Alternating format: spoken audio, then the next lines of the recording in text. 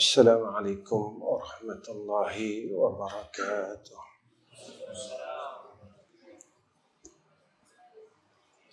الحمد لله حمدا كثيرا كما أمر. أشهد أن لا إله إلا الله وحده لا شريك له، وأشهد أن محمدا عبده ورسوله. اللهم صل على سيدنا محمد وعلى آله وصحبه وسلم. أما بعد.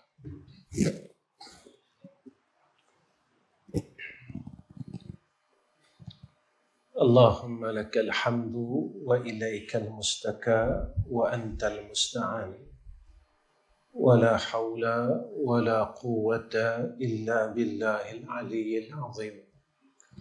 وقال الله سبحانه وتعالى: لئن شكرتم لأزيدنكم ولئن كفرتم إن عذابي لشديد. Yang saya hormati seluruh pegawai tadbir Masjid Darul Hajat, yang saya sayangi sekalian ahli Korea. Pertama sekali saya panjatkan puji dan syukur pada Allah kerana hari ini Allah menemukan kita dengan saudara se-Islam saya di bumi Sarawak, di Bandar Raya Kuching ini. Mudah-mudahan pertemuan kita mendapat rahmat Allah. Sebelum saya datang ke masjid tuan-tuan ini, nama masjid tuan-tuan ini adalah satu nama yang hebat pada saya, iaitu mengingatkan diri saya sebagai hamba Allah. Sebenarnya kita semua berhajat kepada Allah. Sehebat manalah kita tetap berhajat kepada Allah. Setinggi manalah ilmu kita tetap berhajat kepada Allah. Sekaya manalah kita tetap berhajat kepada Allah. Dalam apa jua keadaan dan suasana, kita tak boleh meninggalkan Allah. Ketika saya melihat nama masjid tuan-tuan ini Darul Hajat, mengingatkan diri saya menjadi satu pedoman dalam hidup saya. Sejauh manalah saya pergi sekalipun, saya tak boleh meninggalkan Allah, kerana saya tetap berhajat kepada Allah. Kita belajar ilmu tauhid, yang mana Allah ini bersifat dengan istighna, kaya Allah. Dan Allah bersifat dengan iftiqar, seluruh makhluknya berhajat kepada Allah. Maka menjadikan satu peringatan setiap kali saya melihat nama masjid ini. Sebenarnya kita ini miskin. Orang miskin berhajat kepada zat yang maha kaya. Tetapi kadang-kala kita rasa kaya. Kita tak perlukan Allah. Bila kita banyak duit, kita tak perlukan Allah. Bila duit kita mula susut, mula sikit, kita mula cari Allah. Bila kita dalam keadaan sihat, kita mula melupakan Allah. Tetapi bila kita mula sakit, kita mula cari Allah balik. Bila kita dalam keadaan yang senang, kita selalu lupa Allah. Kita ada masa yang lapang, kita selalu lupa Allah. Tetapi bila kita susah, kita ada masalah, kita mula cari Allah semula. Lalu kadang-kala pernah tak kita berfikir, kenapa kita berbuat begitu kepada Allah? Kenapa kita sanggup berbuat begitu kepada zat yang maha kaya? Kita cari Allah, kita perlukan Allah waktu kita susah sahaja. Waktu senang, kita selalu lupakan dia dan jauh dengan Allah. Waktu kita susah, waktu kita ada duit, kita selalu tak ingat Allah. Tapi bila duit kita mula hilang dan mula sikit, kita dah berasa dalam keadaan susah, kita cari Allah semula. Lalu kita kena tanya, kita sanggup berbuat akan Allah sedemikian dalam hidup kita. Padahal Allah lah segala-galanya di dalam hidup ini sebenarnya.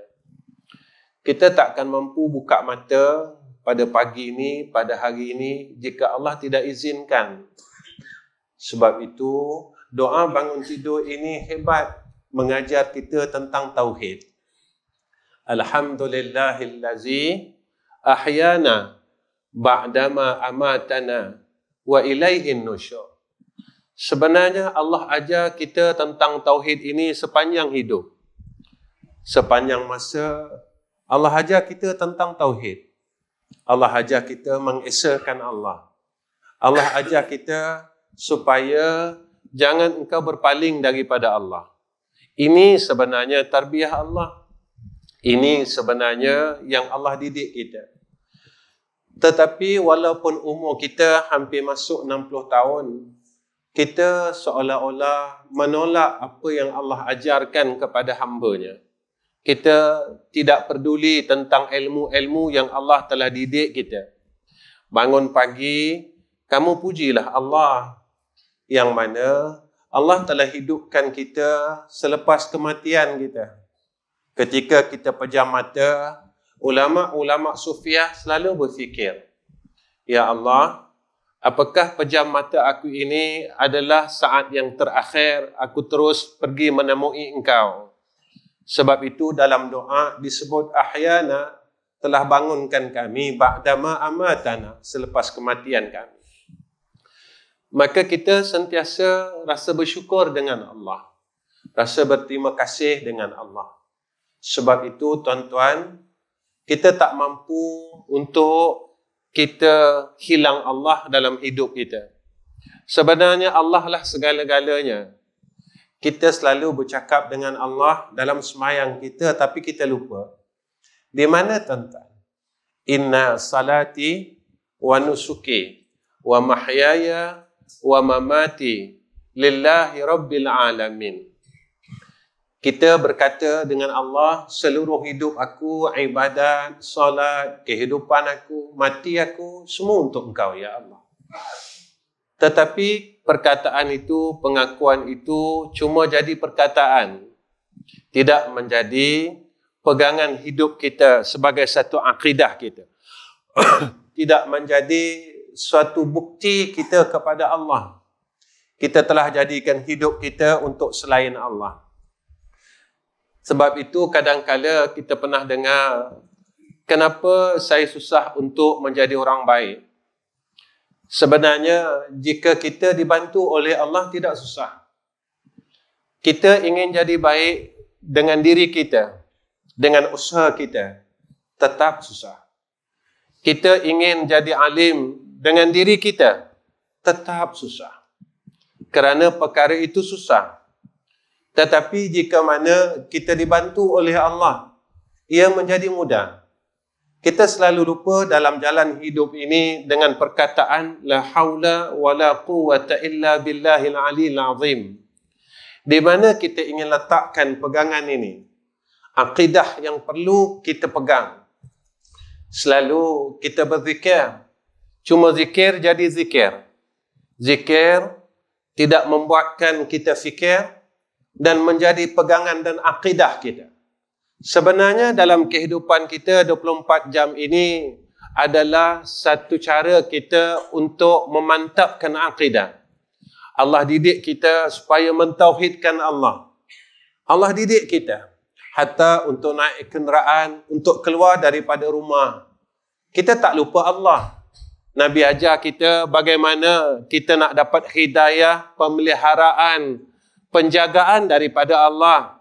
Nabi suruh kita membaca Bismillahi tawakkaltu ala Allah la hawla wa la quwwata illa billahil aliyyil azim. Kita anggap perkara ini remeh. Sebenarnya tidak. Orang yang istiqamah dalam berbuat demikian, orang inilah yang mentauhidkan Allah. Tauhid ini bukan pada cop rasmi. Tauhid ini bukan pada logo. Tauhid ini bukan pada perkataan. Tauhid ini adalah pada akidah dan tempatnya di dalam qalbun yang bersih, di dalam hati yang bersih. Satu hari murid Imam Al-Ghazali rahimahullahu ta'ala bertanya kepada Imam Al-Ghazali, "Wahai guruku, kenapa aku sering berzikir tetapi syaitan ini tidak mahu lari daripadaku?" Maka kata Imam Al-Ghazali, "Mana mungkin syaitan akan lari daripada engkau? Kerana iblis dan syaitan ini ibarat anjing. Ketika engkau halau anjing ini, dia tidak mungkin lari kerana pada tubuhmu terikat tulang-tulang makanan anjing yang dia inginkan. Sebab itu, jika kita inginkan bahawa segala perkara yang menipu daya kita ini lari daripada kita dan dibersihkan oleh Allah, maka bersihkan diri. Allah nyatakan dalam Al-Quran, "Innallaha yuhibbut tawwabina wa yuhibbul mutatahhirin." Allah cukup sayang dengan orang yang kembali kepada Allah. Kita jangan degil, kita jangan terlalu sombong, kerana satu hari saya dan tuan-tuan akan balik kepada Allah. Pasti tuan-tuan. Mahu tidak mahu, saya dan tuan-tuan akan balik kepada Allah. Belajarlah untuk balik kepada Allah. Belajarlah untuk kembali kepada Allah. Kita datang dulu dilahirkan dalam keadaan terlalu bersih. Saya bersih dan semua orang bersih. Kita tak pandai ada sifat hasad dengki. Kita tak pandai ada sifat sombong. Kita tidak pandai ada sifat untuk tidak bersyukur kepada Allah. Tetapi setelah Allah bagi akal, Allah sempurnakan nafsu kita, itu yang dinamakan akil baligh. Baligh adalah orang yang telah sempurna nafsunya. Dia mula tahu itu, ini dan sebagainya. Dia mula nak itu, nak ini dan sebagainya. Sebab itu, ketika itulah kita mula lawan Allah. Kita mula menidakkan Allah. Kita mula ketepikan Allah. Tuan-tuan, saat itulah kita mula jadi orang yang engkar, ma'asi. Orang yang asi. Orang yang cuba melawan Allah tapi kita tak mampu. Sebab itu saya guna perkataan cuba. Kita cuba bertahun-tahun nak lawan Allah. Tapi kita tak mampu, tuan-tuan. Fir'aun ini dia tahu dia tak mampu lawan Allah. Tapi dia degil. Dia sombong, dia angkuh. Dia kejar Nabi Musa alaihissalam sehingga di tepi pantai. Nabi Musa tak tahu pada ketika itu laut akan terbelah. Tetapi apa yang Nabi Musa tahu, Nabi Musa yakin bahawa Allah akan membantunya. Allah akan menolongnya. Lalu Allah perintahkan Nabi Musa alaihissalam supaya mengetuk laut ini, memukul laut ini dengan tongkatnya. Lalu tajallilah akan kebesaran Allah terhadap Nabi Musa alaihissalam dan orang mukmin pada ketika itu. Ini hebatnya keyakinan. Ini hebatnya tauhid. Sebab itu Allah didik kita dan terus didik kita. Sehinggalah sampai masanya kita ini menemui Allah. Sampai masanya kita ini berada di satu saat disebut kematian. Jadi sebab itu tuan-tuan, maka bersyukurlah dengan apa yang kita ada dan apa yang sedang kita lalui sekarang. Sebab itu buanglah tulang-tulang yang berada di tubuh kita yang menjadi tarikan akan syaitan-syaitan ini mendekati kita. Buang tulang sombong, buang tulang hasad dengki, buang tulang rasa diri itu baik, buang tulang bakhil, buang tulang hubbud dunia, buang tulang takutkan mati. Takut berani tetap mati. Tapi bezanya orang mukmin dan orang kafir, Orang kafir terlalu takut untuk mati. Tetapi orang mukmin sentiasa menunggu saat kematiannya. Kenapa tuan-tuan? Kerana kata ulama Sufiah, maka mati itulah jalannya untuk kita bertemu dengan kekasih kita. Siapa kekasih kita, tuan-tuan? Allah Rabbul Izzah. Siapakah kekasih kita? Allah Rabbul Izzah. Siapakah kekasih sejati kita? Allah Rabbul Izzah. Sebab itu orang mukmin sentiasa menunggu saat kematiannya. Kerana apa, tuan-tuan? Kerana saat itulah dia dapat menemui Allah. Sebab itu ketika wafatnya Rasulullah sallallahu alaihi wasallam, malaikat bertanya pada Nabi, "Wahai kekasih Allah, mahu tak kalau aku mohon kepada Allah, Allah panjangkan agar umurmu lagi?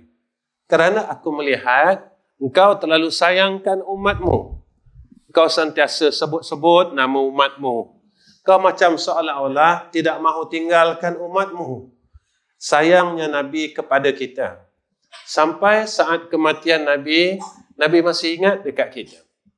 Tetapi apa kata Nabi sallallahu alaihi wasallam? Nabi kata, "Jangan wahai malaikat, kerana aku terlalu rindu," katanya, "untuk bertemu dengan Tuhanku yang maha tinggi. Aku terlalu rindu untuk bertemu dengan Tuhanku yang maha tinggi. Aku terlalu rindu untuk bertemu dengan Tuhanku yang maha tinggi." Kita, tuan-tuan, dengar cerita ini sewaktu Isra' dan Mi'raj. Bagaimana terjadinya tawajuhnya Rasulullah dengan Allah Subhanahu wa ta'ala. Iaitu saat Isra' dan Mi'raj. Maka tawajuh yang pertama itulah menjadikan bibit-bibit kerinduan dan kecintaan Nabi kepada Allah Rabbul Izzah.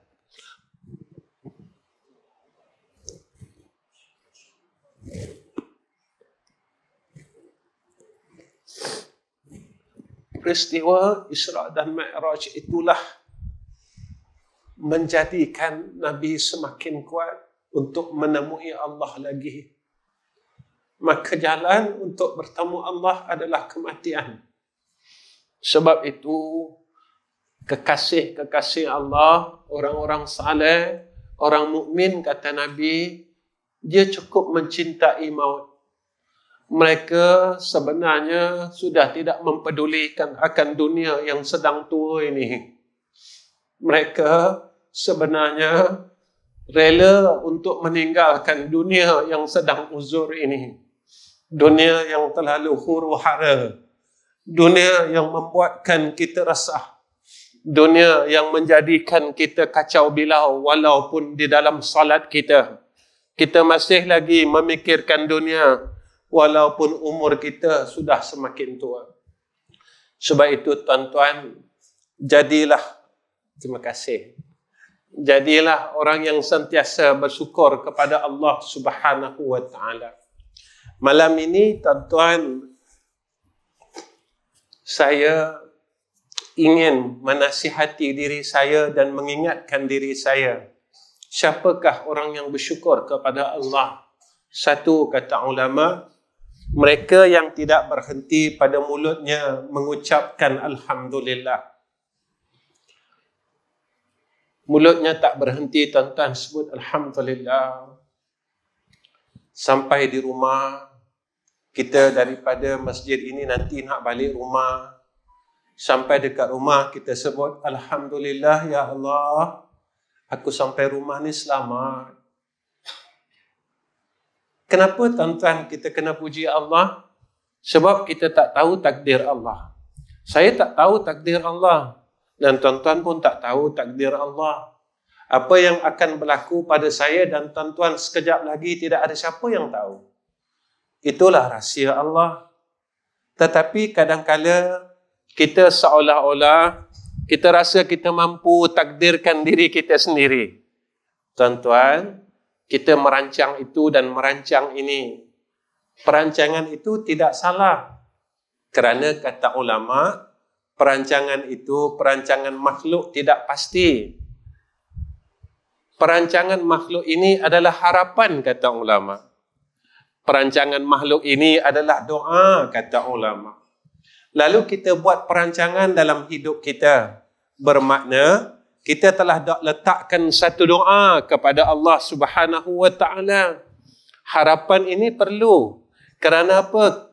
Kerana kita ni hamba Allah. Yang pasti adalah perancangan Allah. Saya tidak tahu apa perancangan Allah dalam hidup saya. Mungkin tidak lama lagi saya akan menemui Rabbul Izzah. Mungkin dalam waktu yang terdekat Allah akan panggil saya untuk bertemu dengannya. Maka kita sentiasa berharap dan bersedia untuk berbuat kebaikan. Kerana kata Nabi kepada kita 1400 tahun dulu, Nabi pesan dekat kita. Orang bijak, Nabi kata, bukan orang yang fasih hadisnya dan Qurannya.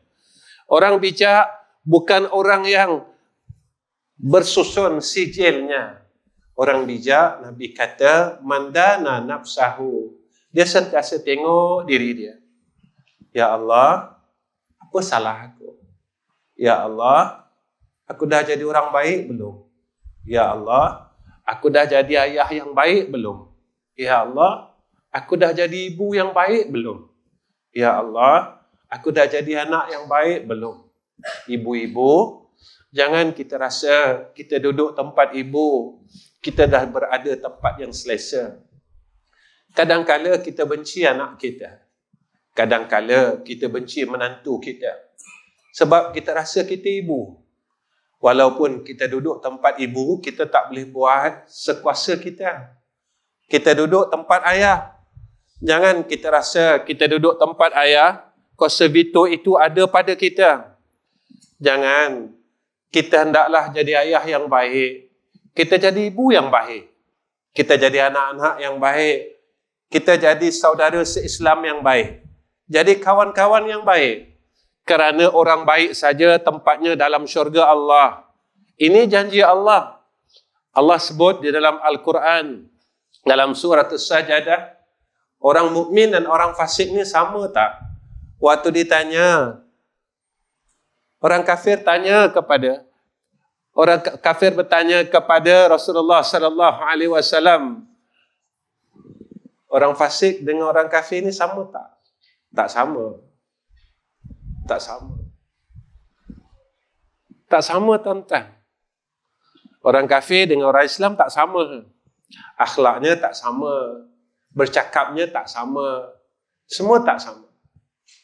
Sebab itu, tuan-tuan, tak lama lagi kita nak sambut Maulid. Kita selalu dengarkan, Nabi ni macam mana? Nabi ni orang hebat. Waktu orang marah Nabi, Nabi tak balas dengan kemarahan.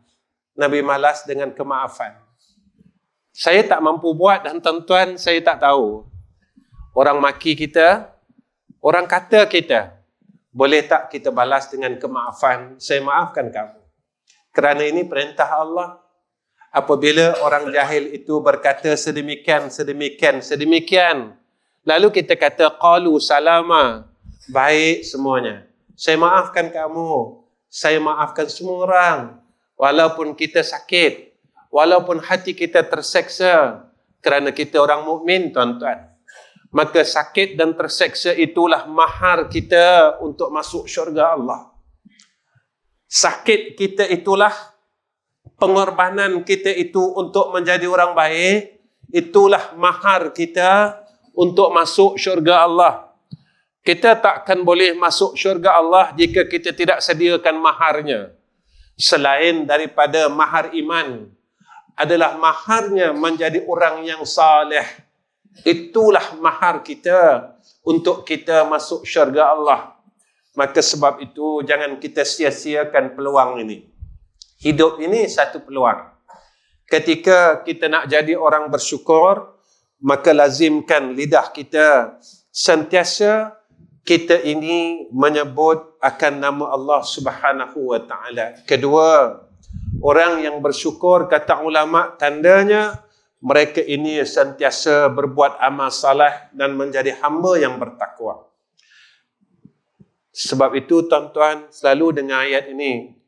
Mungkin tadi Jumaat Khatib juga sebut ayat ini, ya ayyuhalladzina amanu taqullaha haqqa tuqatih wa la tamutunna illa wa antum muslimun. Tiap-tiap minggu Allah ingatkan kita, wahai orang beriman, takutlah pada Allah dengan sebenar-benar takut. Takutlah pada Allah. Takutlah pada Allah. Sehingga kan menjadi wasiat dalam khutbah Jumaat. Usikum wa iyaya bittaqwallah. Faqad fazal muttaqun. Khatib berpesan, aku mewasiatkan atas diriku dan kalian semua, takutlah kepada Allah. Dan dalam Al-Quran, takut itu, rasa gemetar itu, rasa hubungan kita dengan Allah itu adalah sebagai tanda sifat orang beriman. Saya selalu tanya diri saya, bila saya rasa terhubung dengan Allah? Sebab dalam Quran Allah sebut orang beriman, innamal mu'minuna allazina idza dzukirallahu wajilat qulubuhum. Orang beriman ini, bila dia dibacakan, diingatkan tentang Allah, hati dia rasa terhubung. Bergetar itu maknanya terhubung. Bila kita rasa terhubung dengan Allah, kalau anak-anak muda, kadang-kadang mereka ini adanya kawan perempuan. Bila kita cerita hal kawan perempuan kita, kita terus terhubung kasih kita dengan kawan perempuan kita. Kalau seorang suami yang berada jarak jauh dengan isterinya, istilah orang sekarang PJJ, maka bila dia tengok gambar isterinya, dia akan terhubung dengan isterinya. Bila dia tengok gambar anaknya, dia rasa terhubung dengan anaknya. Di mana tandanya? Rindu itu tanda terhubung.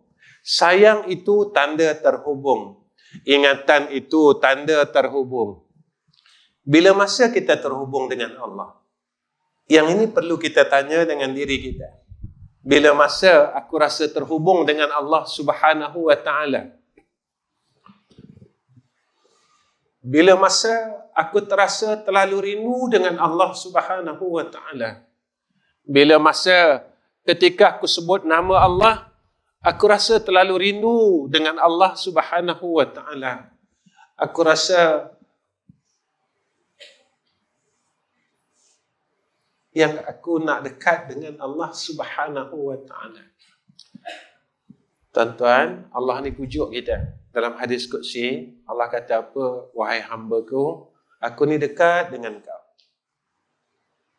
Lebih dekat daripada kahabil barid.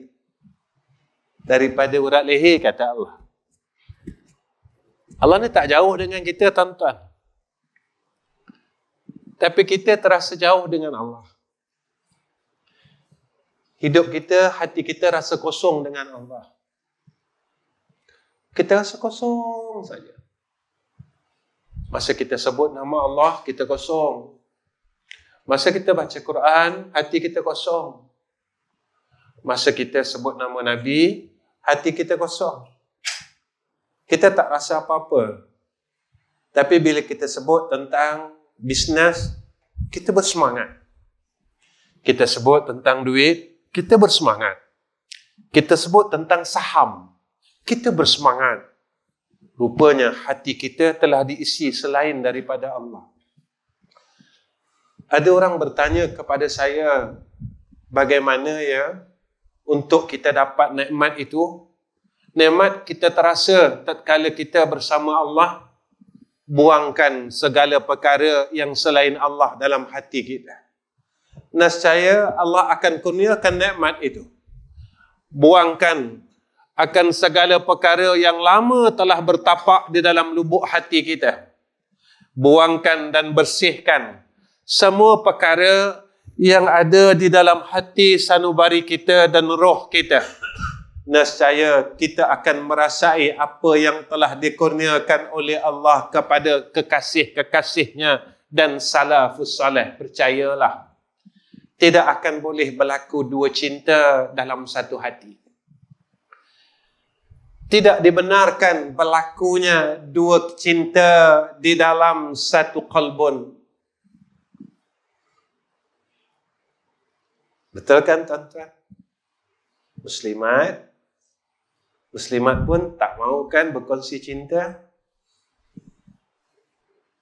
Fitrah kan? Fitrah tuan-tuan. Tuan-tuan, kita belajar. Jika kita mahu cintakan Allah, kita buang seluruh cinta kita selain Allah. Kita buanglah cinta dunia ini yang menjadi penghalang kita untuk kita mendekati Allah. Kita buanglah cinta makhluk ini yang menghalang cinta kita untuk menghampiri Allah. Kita buanglah cinta harta ini yang menjadi penghalang untuk kita mencintai Sayyiduna Rasulina Muhammad sallallahu alaihi wasallam yang terlalu mencintai kita, yang terlalu menyayangi kita, yang terlalu mengasihi kita. Sebab itu tuan-tuan, mata yang penuh dengan kecintaan yang menjadi penghalang kita untuk mencintai Allah dan Rasul, mata ini telah dihalang oleh Allah untuk melihat akan susuk tubuh yang kita cintai.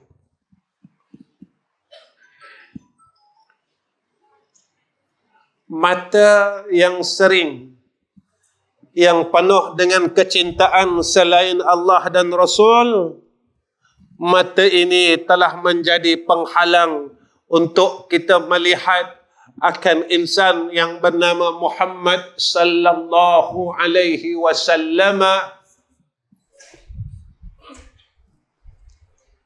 Kamu tak boleh pandang akan kekasihku kerana matamu terlalu kasih pada selain aku dan selain Sayyidina Rasulina Muhammad sallallahu alaihi wasallam. Ketiga, tanda orang yang bersyukur kepada Allah, mereka yang sering bangun malam beribadat kepada Allah Subhanahu wa taala. Kita dengar akan kisah Sayyidina Rasul beribadat sehingga bengkak kakinya. Lalu ditegur oleh isteri yang dia sayangi yang bernama Aisyah. Wahai Rasulullah, cukuplah, janganlah semayang lagi. Apa kata Rasulullah sallallahu alaihi wasallam? Ya Aisyah, afala akunu abdan syakura? Apakah engkau tidak mahu aku jadi hamba yang bersyukur kepada Allah? Itu Nabi, tuan-tuan. Saya tanya diri saya dan tuan-tuan tanya diri tuan-tuan, apa yang telah kita buat dengan malam itu? Berapa puluh tahun kita telah sia-siakan waktu malam? Sehingga dalam hadis qudsi, sampainya 2/3 malam, datangnya seruan agar kita bangun. Jika engkau ni pendosa, beristighfarlah, nescaya Allah akan ampunkan dosa engkau. Jika engkau ada hajat dengan Allah, mintalah pada 2/3 malam. Angkat tangan pada waktu itu, maka Allah akan sampaikan, Allah akan kabulkan hajat itu. Jika engkau ada masalah, maka engkau mengadu dengan Allah pada 2/3 malam, maka Allah akan selesaikan masalah itu. Tapi sayang dan terus sayang, kita biarkan malam ini berlalu, malam yang penuh dengan rahmat, malam yang terbukanya pintu langit untuk hamba-hambanya. Kita biarkan ia terus berlalu. Bukannya satu hari, tuan-tuan, telah 60 tahun kita biarkan peluang ini. Telah 50 tahun kita biarkan peluang ini. Mengadulah terus kepada Allah Subhanahu wa ta'ala.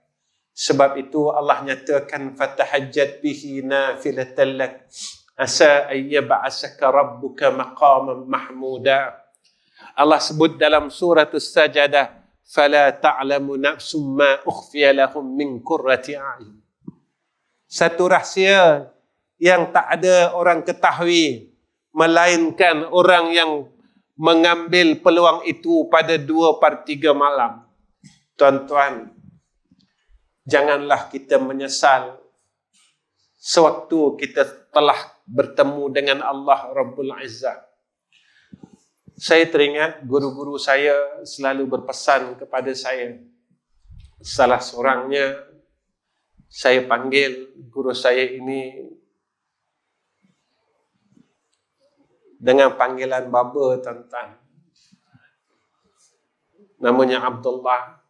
Setiap kali saya datang jumpa guru saya selalu pesan dengan saya, dia kata, Rizam, janganlah kamu hilangkan Allah dalam hatimu.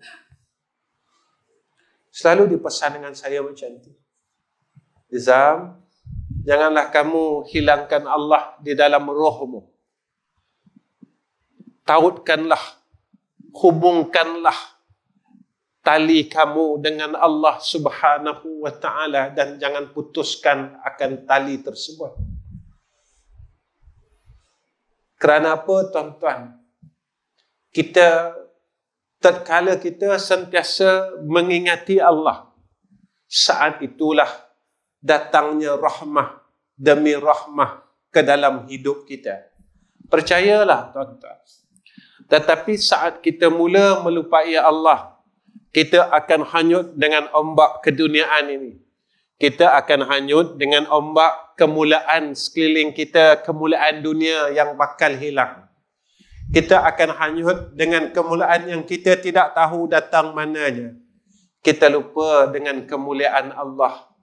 Sebab itu Allah nyatakan kepada kita dan ingatkan kita. Inna akramakum indallahi asqakum. Sesungguhnya orang yang paling mulia di kalangan kamu pada sisi Allah adalah orang yang paling takut kepada Allah. Yang keempat, orang yang bersyukur, kata ulama, mereka yang selalu mengingati Allah. Allazina amanu wa tatma'innu qulubuhum bi dzikrillah. Orang yang beriman dan hati mereka menjadi tentram dengan mengingati Allah. Tuan-tuan, kenapa kita resah? Yang selalu resahkan kita dunia ni. Dunia ni tak salah, tuan-tuan. Dunia ni, kalau kita ambil, tak salah pun. Cuma yang salah, kita kena tipu. Sebab Allah sebut macam tu. Ad-dunya mata'ul ghurur. Dunia ni tempat tipu daya. Dunia ni la'ibun walahun. Tempat orang main, dan mereka main dengan dunia sampai mereka lupa yang mana umur mereka sedang mahu menuju kepada umur yang akhir. Kita main dengan dunia, kita main dengan dunia ini, lalu kita lupa yang aku dah nak jumpa Allah. Macam budak sekolah, dia main, lalu loceng sekolah ini berbunyi. Bunyi, dia kata dengan kawan-kawan, kita dah nak balik, dia kata. Masa dah habislah waktu sekolah, dia leka dengan main dengan kawan-kawannya, tuan-tuan. Allah sebutkan, kalla bal tuhibbunal ajilah wa tadharunal akhirah. Mereka ini sibuk dengan keduniaan, sibuk dengan dunia ni, sibuk dengan urusan hidup, wa tadharunal akhirah. Mereka sibuk main, sehingga mereka lupakan akhirat. Besok kita balik, kita miskin. Tuan-tuan, dalam dunia ni kita ada rumah. Kita dah ada rumah belum dekat sana? Dalam dunia ni, kadang-kadang kita bukan ada satu rumah, tuan-tuan. Sampai 2-3 kadang-kadang. Rumah kita yang pertama dipanggil alam barzah. Rumah kita dah besar belum? Rumah kita kat sana dah luas belum? Tuan-tuan, Alam barzah ini adalah satu tempat yang ditakuti oleh salafus salih. Hatta sahabat sendiri menangis tatkala berada di kubur. Pagi tadi, tuan-tuan, sebelum saya kuliah duha, sahabat kita bawa saya pergi ke kubur yang paling luas di Bandar Kuching ini. Dia bawa saya pusing kubur. Pada masa itu hati saya berkata, dan saya masuk kubur, saya terus bercakap dengan ahli kubur. Wahai ahli kubur, satu hari aku akan temankan kalian. InsyaAllah, aku akan jadi ahli qaryah kalian. Aku akan menemani kalian. Tunggu aku sampai saatnya aku akan bersama-sama dengan kalian. Sebab itu, tuan-tuan, sahabat ketika lalu di perkuburan, mereka berhenti dan mereka menangis. Mereka kata apa? Benarlah apa kata Rasulullah. Kubur ni sunyi rupanya. Tuan-tuan tengok kubur ni meriah tak? Bising tak? Senyap saja kubur ni. Sunyi je kubur ni. Tak ada siapa orang nak pergi ke kubur kalau tidak ada kematian.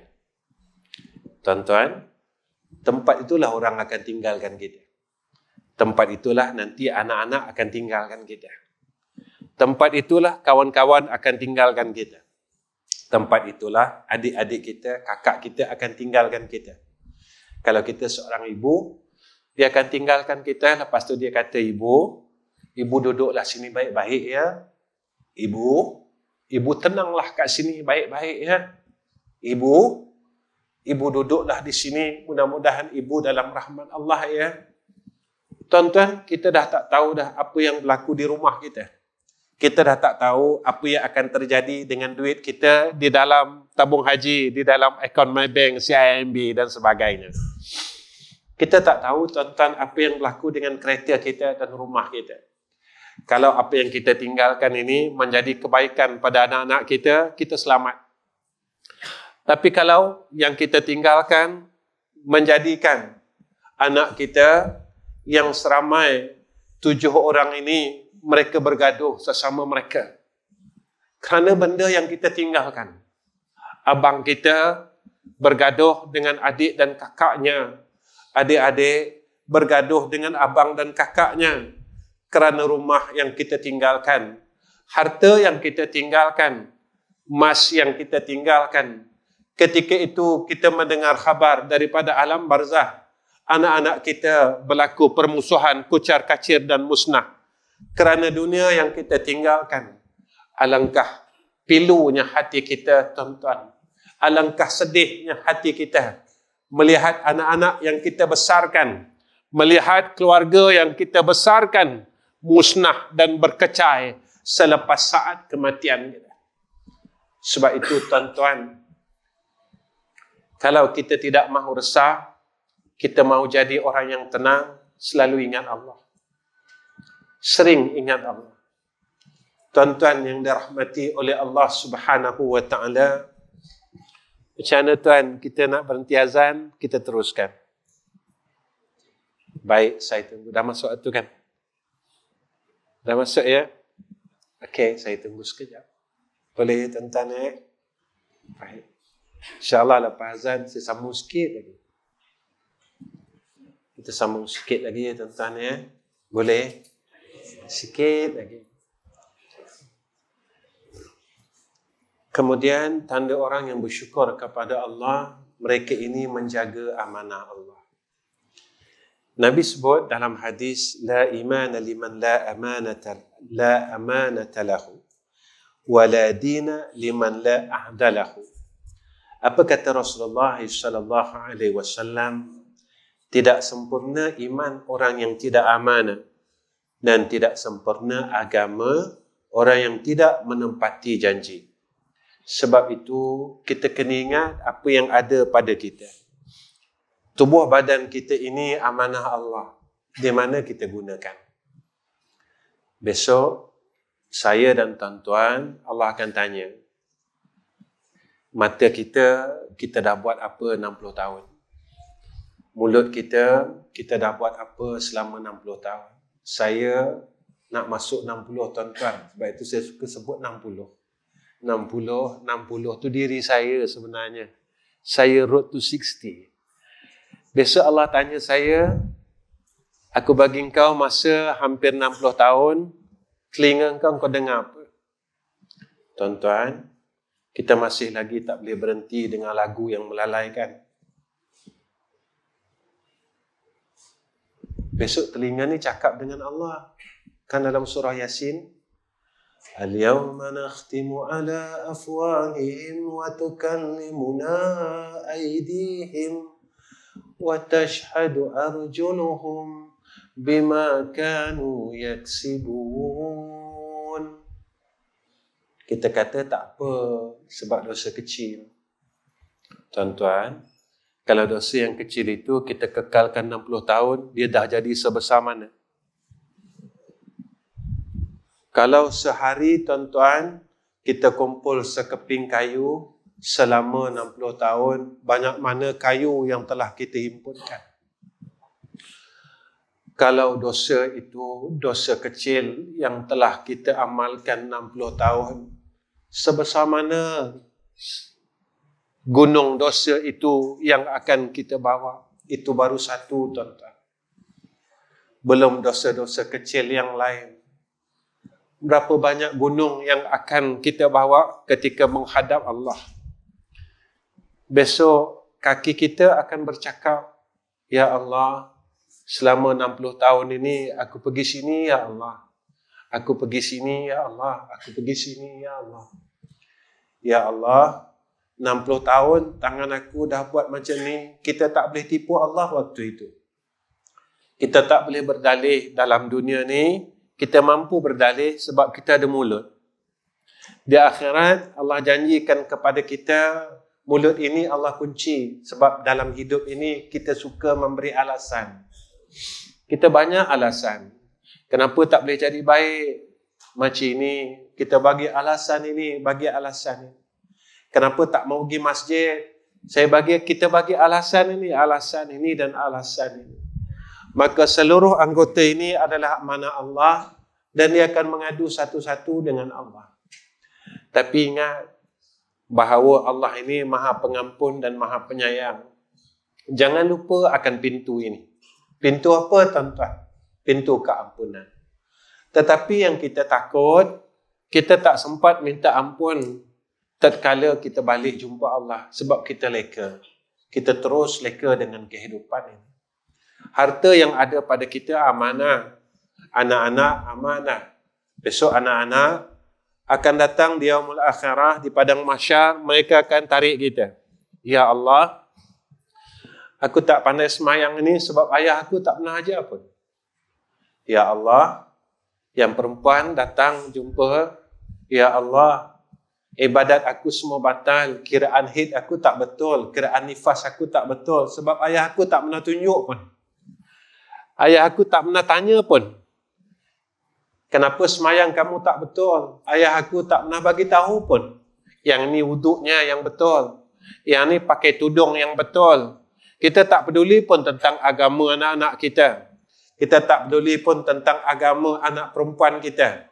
Kita tak peduli pun tentang agama anak laki-laki kita. Tuan-tuan, apa yang telah kita buat sehingga mereka ini membesar?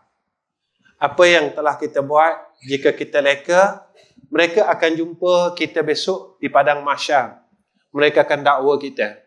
Mereka kata dengan Allah, kita dah pergi haji banyak kali. Kita dah pergi umrah setiap tahun. Kita rasa kita bangga, kita boleh masuk syurga.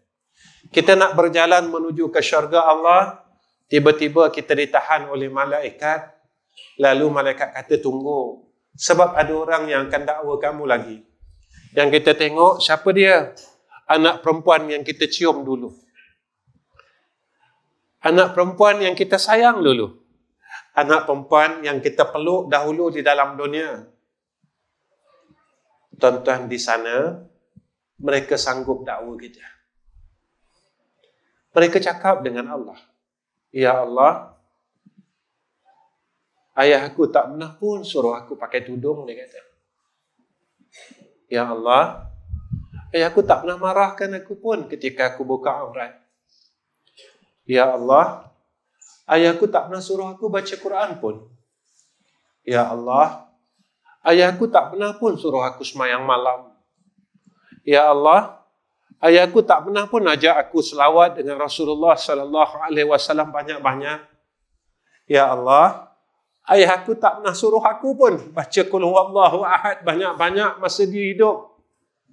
Tuan-tuan, anak yang kita peluk, yang kita cium ni, di padang mahsyar dia akan dakwa kita.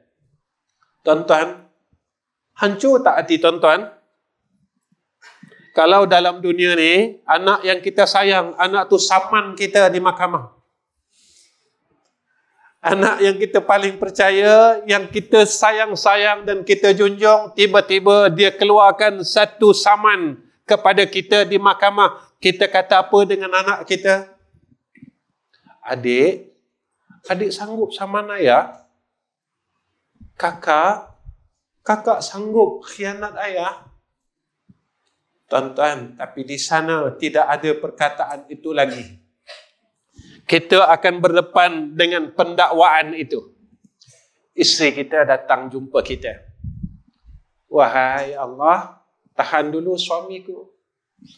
Suami aku tak pernah tengok pun semayang aku. Selama dia berkahwin dengan aku, dia tak pernah tengok semayang aku ni betul atau tidak. Dia tak pernah tengok wuduk aku ni betul atau tidak. Dia tak pernah ambil tahu tentang kiraan haid aku ini, aku kira betul atau tidak. Sama ada aku kira ini haid ataupun istihadah. Dia tak pernah tanya tentang nifas aku, kiraannya betul atau tidak pada hukum fiqahnya. Dia tak pernah ambil tahu, ya Allah. Dia tak pernah ambil tahu pun tentang diri aku dengan hal agama. Yang dia ambil tahu hal dunia aku. Aku dah masak belum? Aku dah buat ini belum? Aku dah gosokkan baju dia belum? Tetapi hal agama, dia tak pernah pun tanya kepada aku, ya Allah. Ya Allah, dia biarkan aku sorang-sorang. Dia boleh bangun malam dan dia tak pedulikan aku dan dia tak pernah gerakkan aku, ya Allah. Walaupun Rasulullah perintahkan supaya kita mengejutkan ahli kita tatkala kita dapat bangun malam. Ya Allah, dia terus mengadu, ya Allah, ya Allah, ya Allah, ya Allah, ya Allah. Lalu malaikat ambil kita dan dia akan lemparkan kita dalam neraka Allah. Masa itu kedengaran bunyi ahli neraka. Tatkala malaikat ini ambil kita dan dicampakkan kita ke dalam neraka, dalam surah As-Sajdah kan kita baca, Rabbana absarna wa sami'na. Ya Allah, kami dah tengok, kami dah dengar. Ketika itulah kedengaran ahli neraka yang dicampakkan oleh malaikat ke dalam neraka. Mereka meraung dan melolong minta pertolongan Allah. Malaikat ambil laki-laki ini sebagai seorang ayah. Malaikat ambil laki-laki ini sebagai seorang suami. Lalu malaikat lemparkan ke dalam neraka Allah. Si ayah ini dan si suami ini meraung dan melolong dalam satu jeritan yang didengar seluruh penduduk pada ketika itu di yaumil mahsyar. Allah.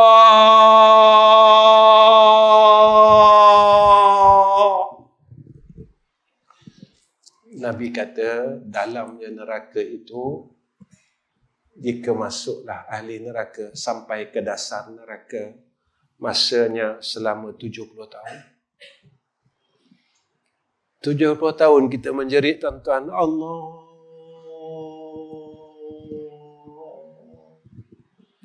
Sampai 70 tahun baru kita berhenti. Jeritan itu sebab kita berada di dasar neraka. Sanggup ke tuan-tuan kita nak lalui perkara tersebut? Yang terakhir, kalau nak dapat syukur, lalu 4 perkara ni, iaitu tafakur. Apa yang kita nak fikirkan? Yang pertama, fikirkan kebesaran Allah. Apa yang kita dapat? Kita akan mula kenal Allah, kita mula sayang Allah. Kedua, fikirkan tentang nikmat Allah. Bila kita telah selalu fikir tentang nikmat yang ada pada kita, apa yang kita dapat, iaitu kita akan dapat malu dan syukur. Kita mula malu dengan Allah. Malunya aku. Yang ketiga, kita fikirkan tentang dunia ni. Lalu apa yang kita akan dapat? Zuhud dan wara'. Kita mula rasa zuhud, kita mula rasa berhati-hati. Yang keempat, yang terakhir, kita fikir tentang akhirat. Syurga besok macam mana ya? Kubur besok macam mana ya? Titian sirat besok aku macam mana ya? Besok kalau aku dekat timbangan, lepas tak aku? Kerisauan ini dapat mendatangkan rasa harap kita dengan Allah dan dapat rasa ubudiyah. Ini yang didoakan, yang diminta oleh Nabi SAW dalam satu doa, Allahumma a'inni ala zikrika wa syukrika wa husni ibadatik. Jangan tinggal doa ni tuan-tuan. Allahumma a'inni ala zikrika wa syukrika wa husni ibadatik. Allahumma a'inni ala zikrika wa syukrika wa husni ibadatik. Allahumma a'inni ala zikrika wa syukrika wa husni ibadatik. Tuan-tuan yang saya kasih sekalian, saya rasa cukup setakat ini pertemuan saya dengan tuan-tuan. Saya minta ampun, minta maaf pada seluruh jemaah Masjid Darul Hajat. Tolong doakan saya. Mudah-mudahan saya dapat jadi orang baik. Mudah-mudahan isteri dan anak-anak saya juga dapat jadi orang baik.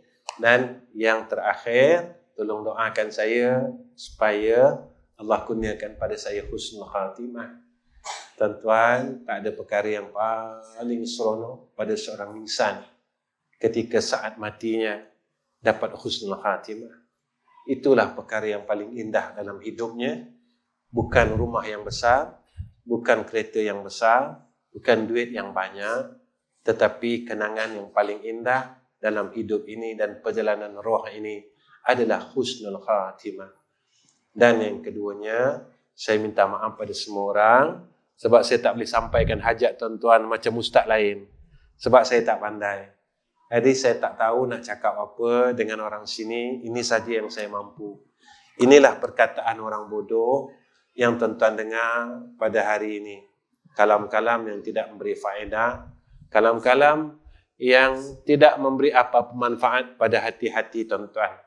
Tetapi saya berharap walaupun cerita ini seperti mana cerita di pasar-pasar lelong dan pasar-pasar karat, mudah-mudahan barang-barang yang telah dipakai orang ini saya ceritakan balik dan saya berikan semula menjadi manfaat pada kita yang si fakir dan si miskin ini.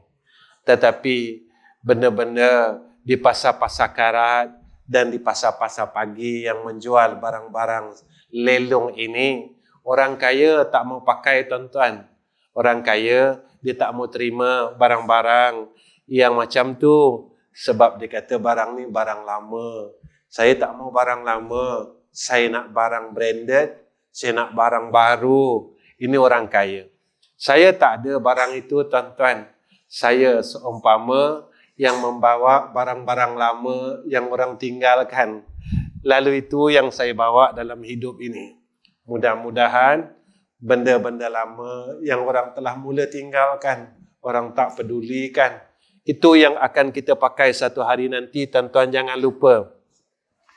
Kalau di Semenanjung, kami panggil lampu yang pakai itu gasoline.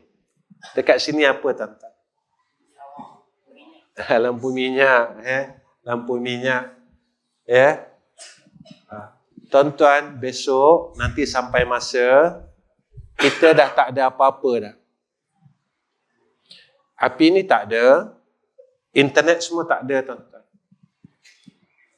Hidup ini kembali pada asal balik. Jadi kalau kita biasa susah, insya-Allah kita boleh lalu benda ni. Tapi kalau kita rasa kita kaya, kita tak mampu. Jadi orang miskin daripada sekarang, ya, supaya kita sentiasa kemaskan akidah kita.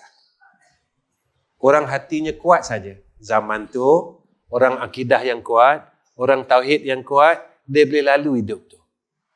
Ya. Sebab itu, kalau kita tengok, dulu kita boleh mandi di sungai-sungai sebab kita kuat. Tapi anak kita tak kuat sekarang. Dia kata, susahlah Pak, susahlah ya. Kita dulu duduk rumah atap kita bila hujan, kita ambil mangkuk-mangkuk, kita letakkan pada titisan hujan. Anak kita sekarang tak mampu nak lalui itu. Tuan-tuan, sebenarnya apa yang saya nak cakapkan, benda-benda kekuatan jiwa ini yang perlu kita ambil semula yang telah hilang daripada diri-diri dan hati-hati kita. Sekarang kita dah tak kuat menghadapi kesusahan. Inilah yang disebut oleh Nabi, kerana Nabi kata umat aku akan melalui fasa ataupun fitnah kemudahan dan senang. Kita dikelilingi dengan perkara yang paling mudah dan senang. Nanti sampai waktu susah, kita tak akan mampu melaluinya. Ini yang perlu kita ambil dan kita renungkan bersama. Tuan-tuan, dan yang terakhir, tolong doakan ketiga-tiga madrasah kami yang ada di Semenanjung. Kenapa saya minta doa tuan-tuan? Saya buat madrasah tak macam orang lain. Saya tak minta apa-apa yuran, bayaran pada pelajar saya seumur perjalanan madrasah kami. Madrasah kami baru saja 43 tahun. Baru tuan-tuan. Baru sangat. 43 tahun ni baru lagi. Dan madrasah saya yang kedua berumur 25 tahun. Dan saya satu lagi madrasah di Kuala Terengganu di Semenanjung yang diwakafkan oleh hamba Allah di Kuala Terengganu dan sekarang masih dalam pembinaan.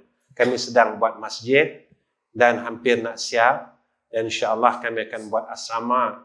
Saya buat semua ini tuan-tuan untuk saya bantu umat Muhammad.